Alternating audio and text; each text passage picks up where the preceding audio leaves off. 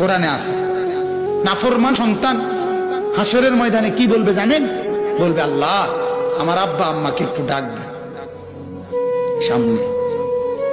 হ্যাঁ, ডাইকা বলবে, আল্লাহ আপনি শুধু উনাদেরকে একটু জিজ্ঞেস করেন আমার সামনে 6 বছর বয়সে আমি আমার বাবার কাছে কি অপরাধ করছিলাম, যে অপরাধের কারণে আমার বাবা আমাকে কোরআন পড়াইলো না, দিন শিখাইলো না, আমি কি অন্যায় করছিলাম ওনার একটু বলেন। জিজ্ঞা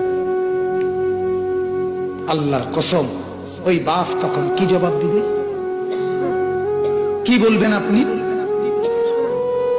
তখন সন্তান বলবে, এই কোরআনে আছে, রব্বানা আতিহিম দি'ফাইনি মিনাল আযাব, আল্লাহ আজ যদি আমাকে শাস্তি দেন একটা, আপনার কাছে ফরিয়াদ আমার মা বাপকে শাস্তি দিবেন 2টা,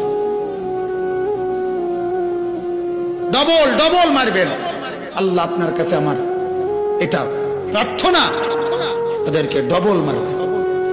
কারণ 6 বছর বয়সে, 7 বছর বয়সে আমি জগতের কিছুই চিনতাম না, আমার কোন সিদ্ধান্ত দেওয়ার ক্ষমতা ছিল না। আল্লাহ তাআলা মানুষের বাচ্চার গরুর বাচ্চা একরকম বানায় নাই, গাভীর বাচ্চা আর মানুষের বাচ্চা এক কথা না।